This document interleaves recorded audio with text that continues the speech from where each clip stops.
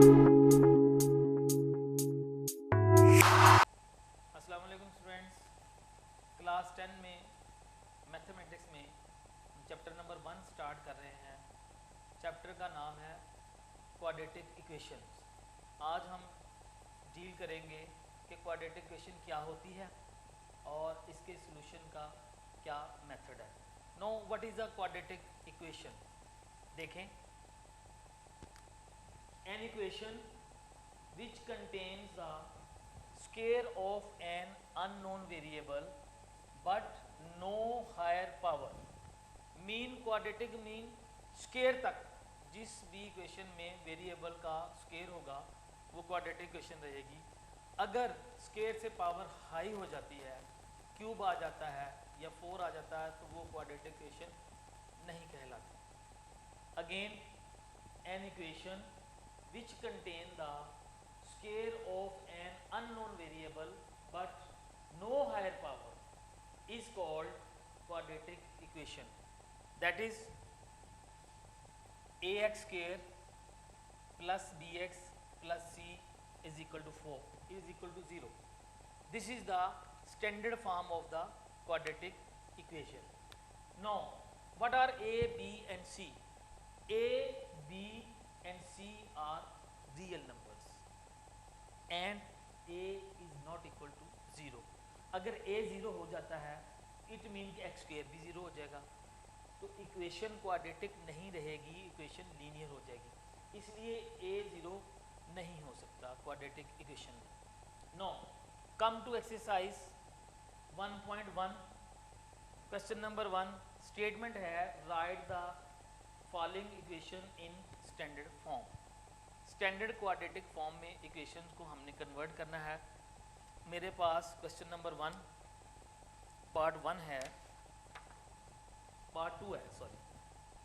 X square solution से start करें। सबसे पहले सोल्यूशन लिखें। 9 x square plus 4 over 3 minus x over 7 is equal to 1।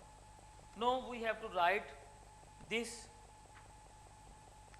fractional form of equation into standard form like this: x square, x and constant numbers। now what is the LCM of 3 and 7? 3 और 7 का LCM क्या बनेगा जी? आप right side पर कहीं भी rough work में 3 और 7 का LCM निकालेंगे तो 3 और 7 का LCM बनेगा 21। ठीक है, आपने जूनियर क्लासेस में LCM की प्रैक्टिस की हुई है। 3 और 7 का एलसीएम है 21। अगर मैं बोथ साइड को, इक्वेशन की बोथ साइड को 21 से मल्टीप्लाई कर दूं तो 3 ये फ्रैक्शनल फॉर्म से हमारा जो है ना ये वास्ता ख़त्म हो जाएगा, फ्रैक्शनल फॉर्म हमारी ख़त्म हो जाएगी, इक्वेशन स्टैंडर्ड फॉर्म में आ जाएगी। नाउ मल्टीप्लाई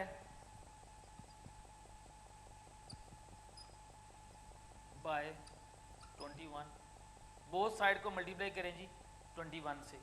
देखें 21 into x square plus 4 over 3 minus 21 into x over 7 is equal to 1 into 21। मैंने बोथ साइड को 21 से मल्टीप्लाई किया है। 21 से क्यों मल्टीप्लाई किया है? 3 और 7 का एलसीएम 21 है, इसीलिए 21 से बोथ साइड को मल्टीप्लाई किया है। अब मैं सिंप्लीफाई करूँगा। 3 7 the 21 and 7 3 the 21। No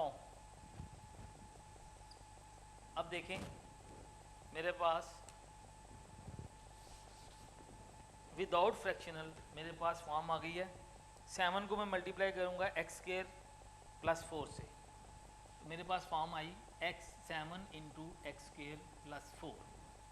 next है -3 into x is equal to 21 ज़ा 20। 21 को 1 से मल्टीप्लाई करेंगे तो 21 ही रहेगा।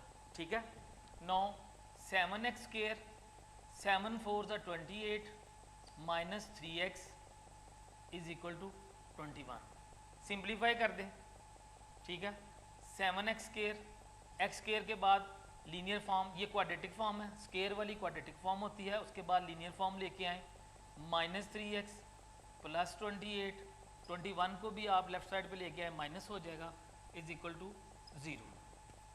9 7x square minus 3x plus 21 में 28 में से 21 गए 7 is equal to 0। This is the standard form, this is the standard form of quadratic equation. तो हमारे पास हमारा क्वेश्चन भी यही था कि आप गिवन एक्सप्रेशन को, गिवन इक्वेशन को आप स्टैंडर्ड फॉर्म में कन्वर्ट करें। हमने इसको स्टैंडर्ड फॉर्म में कन्वर्ट कर दिया। This is the quadratic equation.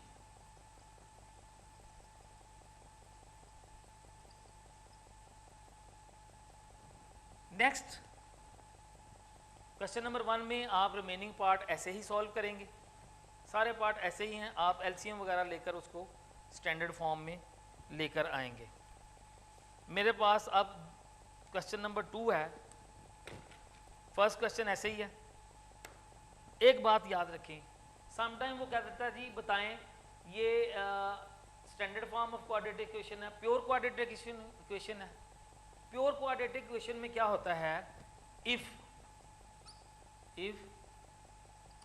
b is equal to 0 in ax square plus bx plus c is equal to 0, अगर क्वाड्रेटिक इक्वेशन में b की वैल्यू हमारे पास लीनियर वेरिएबल का कोएफिशिएंट अगर 0 हो जाता है तो फिर हमारे पास प्योर क्वाड्रेटिक इक्वेशन रह जाती है। उसमें आएगा हमारे पास, अगर b इज इक्वल टू 0 हो जाता तो मेरे पास ये फॉर्म रह जाएगी ax square plus c is equal to 0। This is the pure quadratic equation, this is the pure quadratic equation. Sometime क्या होता है क्वेश्चन में कि हम सिंप्लीफाई करते हैं, हमारे पास फॉर्म जो है ना प्योर क्वाड्रेटिक, जैसे फॉर एग्जांपल इसी को मैं प्योर क्वाड्रेटिक में लिखता हूँ 7x square plus 7 is equal to 0 रह जाता, तो फिर ये हमारे पास प्योर क्वाड्रेटिक इक्वेशन थी। क्वेश्चन नंबर 1 में कई पार्ट्स में प्योर क्वाड्रेटिक इक्वेशन बचती है और कई में standard form of quadratic equation आती है। Now come to question number 2। Question number 2 है solve by factorization. Question number 2 क्या है हमारे पास, सॉल्व बाय फैक्टराइजेशन। भी मैं बोर्ड रेज करता हूं। Question solve by factorisation.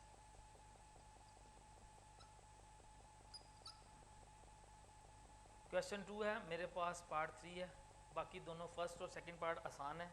ये थोड़ा स्टैंडर्ड फॉर्म में नहीं था, आपको मैं स्टैंडर्ड फॉर्म भी बनाने से इसमें सिखाऊंगा और हम इसको सॉल्व भी करेंगे। देखें जी, मेरे पास है क्वेश्चन 2 पार्ट 3 है 4 minus 32x is equal to 17x square. First of all जब भी हम फैक्टराइजेशन करेंगे हम पहले इक्वेशन को स्टैंडर्ड फॉर्म में लेके आएंगे, पहले इक्वेशन स्टैंडर्ड फॉर्म में लिखेंगे तब सोल्यूशन जो है ना फैक्टराइजेशन का पॉसिबल है। देखें जी, स्टैंडर्ड फॉर्म हमारे पास क्या थी, like this ax square plus bx plus c। x square की वैल्यू को हम पहले लिखेंगे, आप सारी इक्वेशन को जो है ना राइट साइड पे लिखते हैं 17x square plus 32x minus 4 is equal to 0। x square x constant, ठीक है, हमारे पास स्टैंडर्ड फॉर्म भी यही है। ax स्क्वायर a जो है ना ये इसका कोएफिशिएंट है, मीन एनी रियल नंबर 1 2 3 4 5 6 कुछ भी है। देन x है quadratic form x square, linear form x and constant number c, ठीक है। नो मेरे पास ये स्टैंडर्ड फॉर्म में आ गई है 17x square plus 32x minus 4 is equal to 0। Factorization क्या है, इसमें मेरे पास ये क्वाड्रेटिक टर्म है, ये लीनियर टर्म है और ये कांस्टेंट नंबर है। सेंट्रल टर्म जो लीनियर टर्म होती है ये हमारे पास फैक्टर टर्म होती है, मीन हम इसके लीनियर टर्म के दो ऐसे पार्ट बनाएंगे कि अगर उनको हम प्लस माइनस करें, सम करें उनका, तो वो एज इट इज़ आए। अगर उन दोनों पार्ट्स का प्रोडक्ट निकालें तो वो क्वाड्रेटिक और कांस्टेंट नंबर, मीन देखें जी फर्स्ट क्वाड्रेटिक फॉर्म क्या है 17x स्क्वायर, आप राइट साइड पे लिख सकते हैं फ्री में स्पेस पर, और इनटू माइनस 4, ये मेरे पास आया माइनस 64x स्क्वायर। मेरे पास क्या आया है फर्स्ट और लास्ट की multiplication, constant number, quadratic form, इन दोनों को मैं मल्टीप्लाई कर रहा हूँ तो मेरे पास आया है 64, 17 4 ज़ा 68, सॉरी 68 आता है, 17 4 ज़ा 68 एक्स स्क्वायर। ठीक है, अब मेरे पास क्या है, फैक्टर टर्म क्या है, फैक्टर टर्म मेरे पास है 32x, फैक्टर टर्म मेरे पास क्या है 32x है। अब 32 को मैंने ब्रेक डाउन करना है, उसका आसान मेथड ये है कि आप 64 के फैक्टर बनाएं, फैक्टराइजेशन करें जिसकी 2 3 ज़ा 6, 2 2 ज़ा 4, 38 के सॉरी 2 1 ज़ा 2 2 7 ज़ा 14 और 17 1 ज़ा 17। अब देखें यहाँ से मैंने खुद इसके दो ऐसे फैक्टर बनाने हैं कि अगर उनको मैं प्लस माइनस करूँ तो 32x आए, अगर मैं उन दोनों को मल्टीप्लाई करूँ तो फर्स्ट और लास्ट की मल्टीप्लिकेशन के इक्वल आए। देखें जी, मैं कहता हूँ जी एक मेरे पास 2 है और एक मेरे पास 17 2 ज़ा 34 है। अब देखें इनको अगर सम अप करते हैं हम, 34 माइनस 2 क्या आएगा 32। अगर हम इनको सम अप करते हैं, मैं ये नेगेटिव वैल्यू रखूँगा और इसको पॉजिटिव रखूँगा, 34 में से -2 गए तो मेरे पास क्या बचा 32, जबकि 34 2 ज़ा क्या बनता है 68। तो ये बात क्लियर हो गई कि हम सेंट्रल फैक्टर टर्म को इस तरह ब्रेक डाउन करेंगे कि अगर उसके पार्ट्स को, उसके फैक्टर को प्लस माइनस करें तो 32 आए, मल्टीप्लाई करें तो फर्स्ट और लास्ट की मल्टीप्लिकेशन के इक्वल आए। देखें यहाँ से आपको ज़्यादा क्लियर होगा। मैं इसको फैक्टर टर्म के फैक्टर बनाने लगा हूँ, 17x square plus 34x minus 2x, 34x में से -2x गए 32x। ठीक है, बात क्लियर हो रही है। अगर इन दोनों को मैं मल्टीप्लाई करता हूँ तो 34 2 ज़ा 68 होता है और ये plus minus minus x into x x square. तो देखिए इन फैक्टर्स को अगर मल्टीप्लाई करते हैं तो फर्स्ट और लास्ट की मल्टीप्लिकेशन के इक्वल आ गया। ये मैंने फर्स्ट और लास्ट को मल्टीप्लाई किया with same sign. No remaining क्या रह गया 4 इज इक्वल टू 0। देखें अब हमारी फैक्टर टर्म के फैक्टर बन गए हैं। इसको हम आम ज़बान में, आम रेगुलर क्लास में मिड टर्म ब्रेक भी कह देते हैं और फैक्टराइजेशन भी कहते हैं। ठीक है, बुक में कहीं मिड टर्म ब्रेक नहीं लिखा, आप स्टूडेंट की हम आसानी के लिए ये कह देते हैं कि ये मिड टर्म ब्रेक हुई है। अब फर्स्ट टू टर्म में से कॉमन लें। फर्स्ट टू टर्म में से क्या कॉमन निकल सकता है, 17 निकल सकता है, x भी निकल सकता है, इससे भी 17 निकल सकता है, x भी निकल सकता है। तो देखें अगर मैं 17x कॉमन लेता हूँ इस टर्म में से, मुझे बताइएगा कि अगर मैंने यहाँ से 17x कॉमन लिया तो मेरे पास बाकी x बचा, 17 कॉमन आ गया, एक x कॉमन आ गया, रिमेनिंग एक x बचा है प्लस। अब जो चीज़ हम कॉमन फैक्टर लेते हैं वो इनसाइड डिवाइड करते हैं। जितनी भी टर्म से हम किसी चीज़ को कॉमन लेंगे वो इनसाइड डिवाइड करेगी। 17x से 34 को डिवाइड करें लाइक दिस, 34x को 17x से आप डिवाइड करेंगे, x से कैंसिल, 17 2 ज़ा 34, तो यहाँ 2 बचेगा। आप इसको वापस मल्टीप्लाई करें सेम आ जाएगा। लास्ट 2 में से कॉमन लें जी, अगर मैं -2 कॉमन लेता हूँ तो मेरे पास यहाँ से बचा x और ये नेगेटिव साइन इस साइन को चेंज करेगा, ये प्लस हो जाएगा और 2 से 4 को डिवाइड करेंगे तो 2 आएगा। देखिए फर्स्ट 2 में से 17x कॉमन लिया, x प्लस 2 बचा। लास्ट 2 में से मैंने 2 कॉमन लिया है, बाय नेगेटिव साइन की वजह से इनसाइड साइन पॉजिटिव हो गया और x प्लस 2 बचा। ठीक है, नो x प्लस 2 और x प्लस 2 तो सेम टर्म आ गई। ठीक है, ये मैंने कॉमन ले लूँगा यहाँ से। ये आपका जो रफ वर्क मैंने आपको कराया था वो मैं रेज करता हूँ, आपने देख लिया। नो देखें जी, मेरे पास x प्लस 2 ये एक टर्म है, ये सेकेंड टर्म है, इन दोनों में कॉमन है x प्लस 2। इन दोनों में क्या चीज़ कॉमन है, x plus 2। What is left from here, अगर मैं x प्लस 2 कॉमन ले लेता हूँ तो मेरे पास बाकी क्या बचेगा 17x, वो मैं नेक्स्ट ब्रैकेट में लिखूँगा।